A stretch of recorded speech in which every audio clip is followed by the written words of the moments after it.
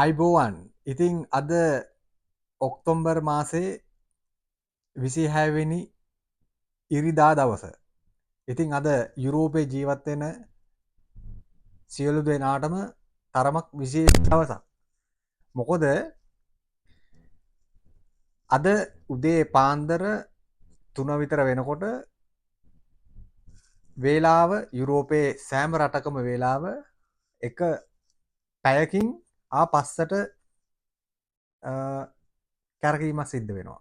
කියන්නේ වෙනදට වැඩිය එක පැයක් පිටිපස්සට ගියා වගේ වෙනවා. ඉතින් මේකට හේතුව නිල වශයෙන් යුරෝපයේ සීත කාලය එළඹුණා කියන එක තමයි මේකෙන් අදහස් කරන්නේ.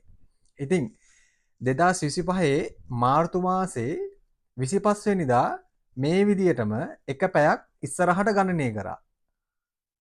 හරිද?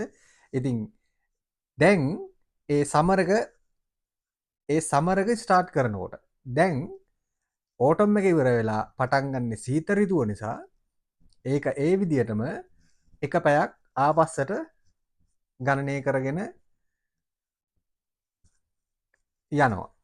ඉතින් ඕකේ විශේෂම මේ දේ තමයි දෙවන ලෝක යුද්ධයේදී තමයි මේ ක්‍රියාපිළිවෙත ආරම්භ කරලා තියෙන්නේ. හේතුව බලශක්තිය සංරක්ෂණය කරගැනීමේ අරමුණින් කියලා තමයි මේකේ මූලාරම්භය වෙලා තියෙන්නේ.